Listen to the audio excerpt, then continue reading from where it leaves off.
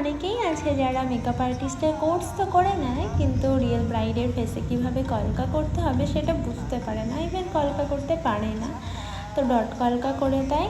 Even এটা জানেও না যে কত নাম্বার তুলি দিয়ে কলকা করলে ঠিকঠাক কলকা আসবে। বাট আমাদের ব্রাইডদের তো অনেক সময় অনেক রিকোয়ারমেন্ট থাকে যে হ্যাঁ আমি একটু ভালো কলকা করব, কপাল জুড়ে কলকা করব, তো সেই জন্য আমি তোমাদের সঙ্গে ভিডিওটা শেয়ার করছি। তোমরা যখন ব্রাইডের ফেসে কলকা করবে তখন 000 তুলি ইউজ করবে, তাহলে দেখবে যে কলকাটা দেখতেও সুন্দর লাগবে।